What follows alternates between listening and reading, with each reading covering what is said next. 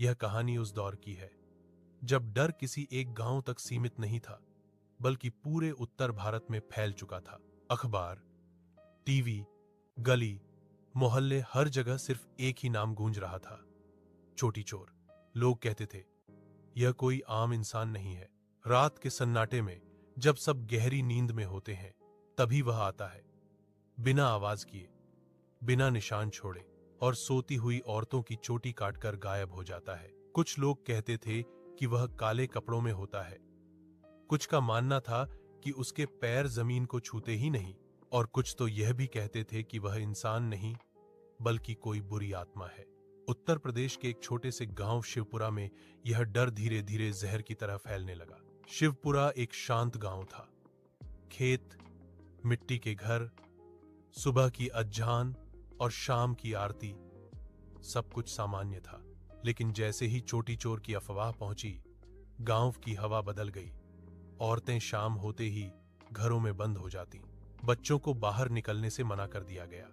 दरवाजों पर नीम की टहनियां और छतों पर ईंट पत्थर रखे जाने लगे। गांव की बुजुर्ग औरतें कहती थीं, ये कोई मामूली बात नहीं है, ऐसा पहले भी हुआ था और तब बहुत बुरा हुआ था। एक रात लगभग 12 बजे गांव की खामोशी एक चीख से टूट गई। बचाओ, बचाओ। यह आवाज थी सुमन देवी की। लोग दौड़ते हुए उसके घर पहुंचे। सुमन जमीन पर बैठी कांप रही थी। उसकी आंखें खुली थीं, लेकिन जैसे वह कुछ देख ही नहीं पा रही हो।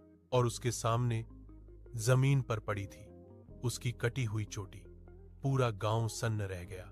किसी ने कहा, मैंने छत पर साया देखा था। किसी ने कहा, पीपल के पेड़ के पास कोई भागा है। और किसी ने डरते हुए कहा, अब ये यकीन हो गया, चोटी चोर सच में है। उस रात के बाद शिवपुरा में कोई चैन से नहीं सोया। हर रात पहरा लगने लगा। 10-12 आदमी लाठी और टॉर्च लेकर गलियों में घूमते। कुत्ते भी अजीब तरह से भौंकने लगे थे, लेकिन चोटी चोर कभी पकड़ा नहीं गया। कुछ दिन बाद दूसरी घटना हुई। इस बार रेखा, जो बिल्कुल स्वस्थ थी, अचानक बेहोश हो गई। जब होश आया तो वह रोने लगी और बोली, वो आया था, मेरे सिर के पास खड़ा था, उसने मेरे बाल छुए, लेकिन उसके बाल पूरी तरह सही थे। डर अब भ्रम में बदलने लगा था। गांव में अफवाहें और तेज हो गईं। हर आवाज पर लोग चौंक जाते, हर साया डर लगने लगा। कुछ औरतों ने दावा किया कि उन्हें रात में किसी के हंसने की आवाज सुनाई दी। कुछ ने कहा किसी ने उनका नाम लिया। स्थिति बिगड़ती देख पुलिस और डॉक्टर गांव में पहुंचे। जांच शुरू हुई।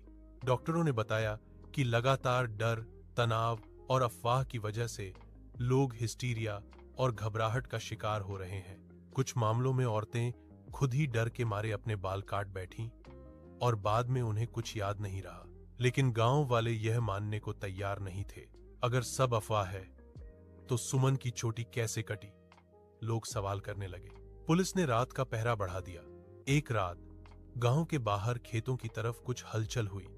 पहरेदार दौड़े। पीपल के पेड़ के पास एक आदमी पकड़ा गया। उसके कपड़े फटे थे, आंखों में अजीब सी चमक थी। वह हंस भी रहा था और रो भी रहा था। पूछताछ में पता चला वह एक मानसिक रूप से बीमार इंसान था जो शहर से भागकर यहां आ गया था। लोगों के डर ने उसे यह महसूस कराया कि वह किसी ताकत से कम नहीं। कुछ घटनाएं उसी की शरारत थीं और बाकी डर का खेल। उसकी गिरफ्तारी के बाद घटनाएं रुक गईं। गांव में धीरे धीरे शांति लौट आई। लेकिन आज भी शिवपुरा में जब रात गहरी होती है और हवा अचानक ठंडी हो जाती है तो लोग अपने बाल सहलाकर कहते हैं, डर सबसे पहले दिमाग में पैदा होता है और फिर वही डर हकीकत बन जाता है। हर भूत अंधेरे में नहीं होता, कुछ भूत अफवाहों में जिंदा रहते हैं। और मजेदार कहानी देखने के लिए चैनल को सब्सक्राइब करें और बेल आइकन को दबाएं और वीडियो को लाइक करें।